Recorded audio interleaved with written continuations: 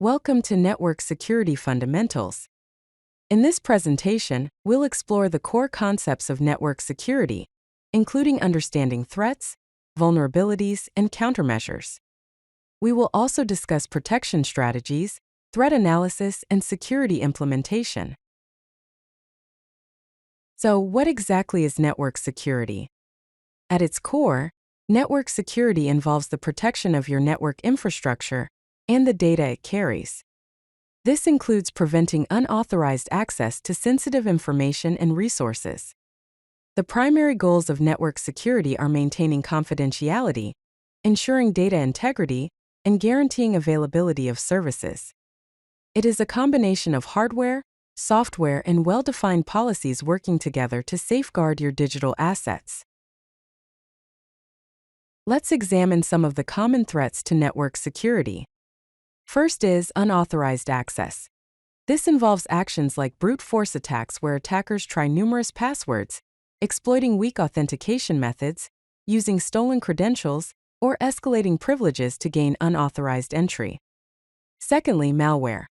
This encompasses various malicious software, including viruses, worms, trojans, backdoors, ransomware, spyware, and keyloggers, all designed to harm or infiltrate systems.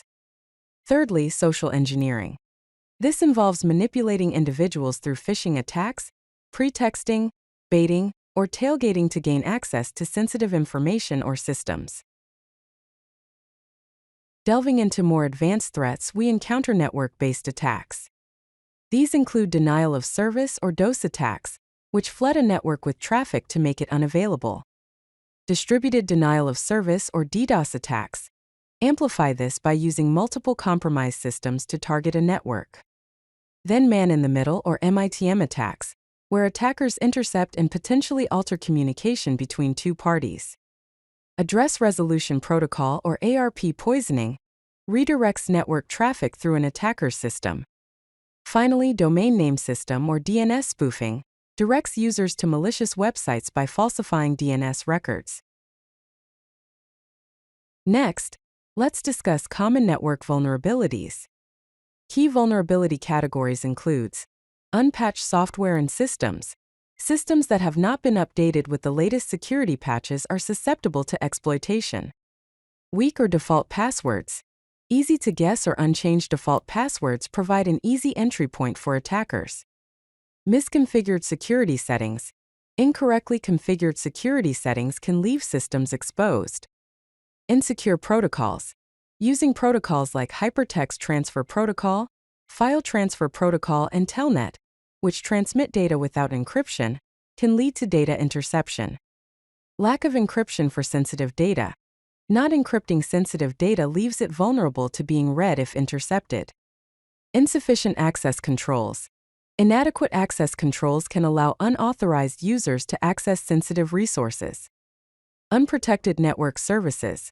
Running network services without proper security measures makes them easy targets for attackers. Let's explore secure coding practices to prevent vulnerabilities. It is crucial to implement security best practices, including input validation and sanitization, which means cleaning user inputs to prevent malicious data from causing harm. Also, use parameterized queries for database access, preventing SQL injection attacks. Implement proper error handling to avoid revealing sensitive information. Apply the principle of least privilege, granting users only the necessary access rights. Keep software and libraries updated to patch known vulnerabilities. Use secure communication protocols, such as Hypertext Transfer Protocol Secure, to encrypt data in transit. Implement proper authentication and authorization mechanisms to verify user identities and permissions. Let's discuss some crucial network security countermeasures. Firstly, perimeter defense. Implement firewalls, both hardware and software, to control network traffic. Use intrusion detection and prevention systems to identify and block malicious activity. Also, establish a demilitarized zone or DMZ to isolate public-facing servers and ensure network segmentation to limit the impact of potential breaches. Secondly, access controls. It is important to enforce strong authentication methods, including multi-factor authentication. Employ role-based access control to manage user permissions and apply the principle of least privilege. Also, utilize network access control, or NAC, to control device access to the network. Thirdly, encryption and privacy. Use transport layer security or secure sockets layer, TLS or SSL, for secure communication. Implement virtual private networks, or VPN, for secure remote access.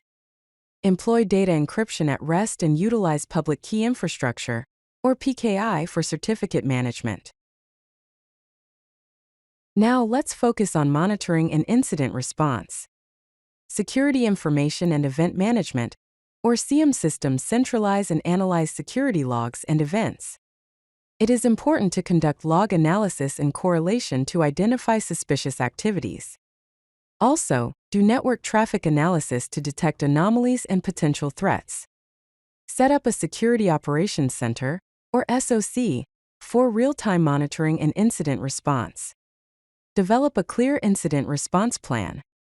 And when incidents occur, conduct forensic analysis to understand the scope and impact, and actively engage in threat hunting to proactively search for and neutralize threats. Let's explore security frameworks and compliance.